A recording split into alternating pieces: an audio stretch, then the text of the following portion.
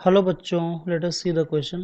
The ratio of average translational kinetic energy to rotational kinetic energy of a diatomic molecule at temperature capital T is.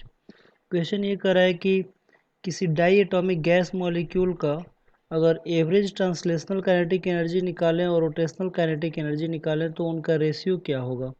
चार option दिए, सही option का चुनाव करना है। First option में 3 दिया हुआ है, सेकंड ऑप्शन में 7/5, थर्ड ऑप्शन में 5/3 और फोर्थ ऑप्शन में 3/2 दिया हुआ है।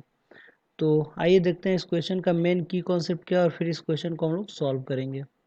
तो की कॉन्सेप्ट में हम लोग समझेंगे कि ये जो क्वेश्चन है वो किस कॉन्सेप्ट के ऊपर बेस्ड है। तो आप लोग देख सकते हैं यहाँ पे ट्रांसलेशनल काइनेटिक एनर्जी और रोटेशनल काइनेटिक एनर्जी की बात की जा रही है, यानी कि ये जो क्वेश्चन है ये kinetic energy of gas molecule के ऊपर बेस्ड है।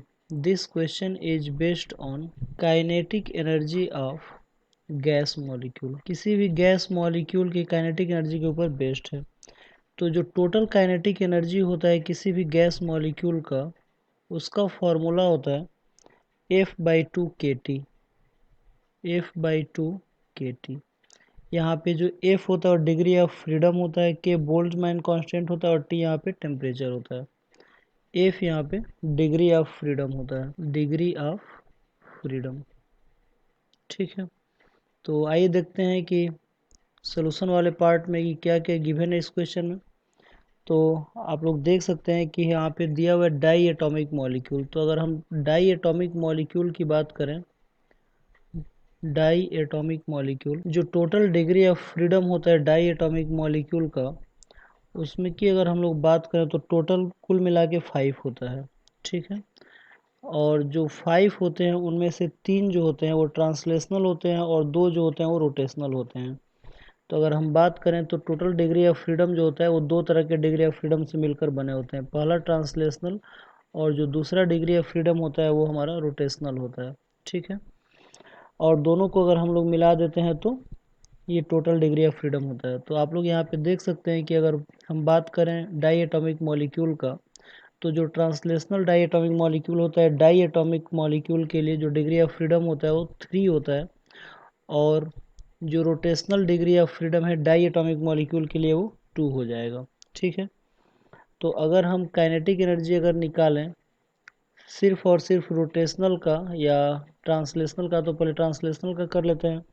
तो इसका फॉर्मूला मैंने अभी बताया कि F/2 kT होता है। तो अगर सिर्फ ट्रांसलेशनल की बात करें तो यहाँ पे एफ टी की वैल्यू कितना हो जाएगा, 3 हो जाएगा। तो ये हो जाएगा 3/2 kT, यानी कि जो काइनेटिक एनर्जी है ट्रांसलेशनल काइनेटिक एनर्जी वो हो जाएगा 3/2 kT। वहीं अगर काइनेटिक एनर्जी अगर हम लोग रोटेशनल की अगर हम लोग बात करें तो एफ आर की जगह पे क्या हो जाएगा, 2 हो जाएगा, यानी कि 2/2 kT, यानी कि इसको हम लोग सिर्फ kT लिख सकते हैं। तो अगर हम लोग अगर रेशियो निकालें kinetic energy of translational upon kinetic energy of rotational, kinetic energy of translational upon kinetic energy of rotational, तो आप लोग देख सकते हैं कि ये हमारा ट्रांसलेशनल काइनेटिक एनर्जी है और ये हमारा रोटेशनल है। तो अगर दोनों को अगर हम लोग डिवाइड करेंगे तो केटी से केटी कट जाएगा, तो आंसर आ जाएगा 3/2। तो जो रेशियो होगा वो रेशियो आ जाएगा 3/2। ठीक है, तो आइए देखते हैं इस क्वेश्चन का सही ऑप्शन कौन है जहाँ पे 3/2 दिया हुआ है। तो आप लोग देख सकते हैं कि जो 3/2 है वो हमारा फोर्थ ऑप्शन में दिया है, यानी कि इस क्वेश्चन का जो सही आंसर है हमारा फोर्थ ऑप्शन होगा। तो आई होप आप लोगों को ये क्वेश्चन समझ में आया होगा। Thank you very much, good luck.